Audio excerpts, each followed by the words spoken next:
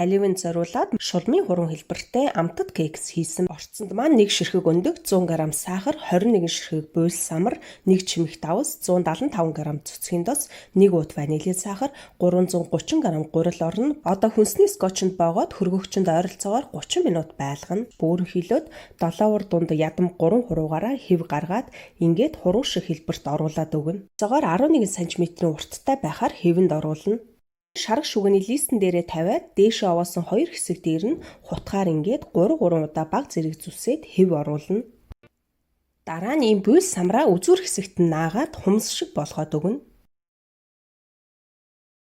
Одоо урьдчилж халаасан шарга шүгэн дээрд оруулсан 180 градус 15-аас 20 минут болгоно. Ийм улаан өнгөтэй чимэглэлээр цус шиг харагдахаар тойруулаад дээрээс нь самраа наагаад өгнө.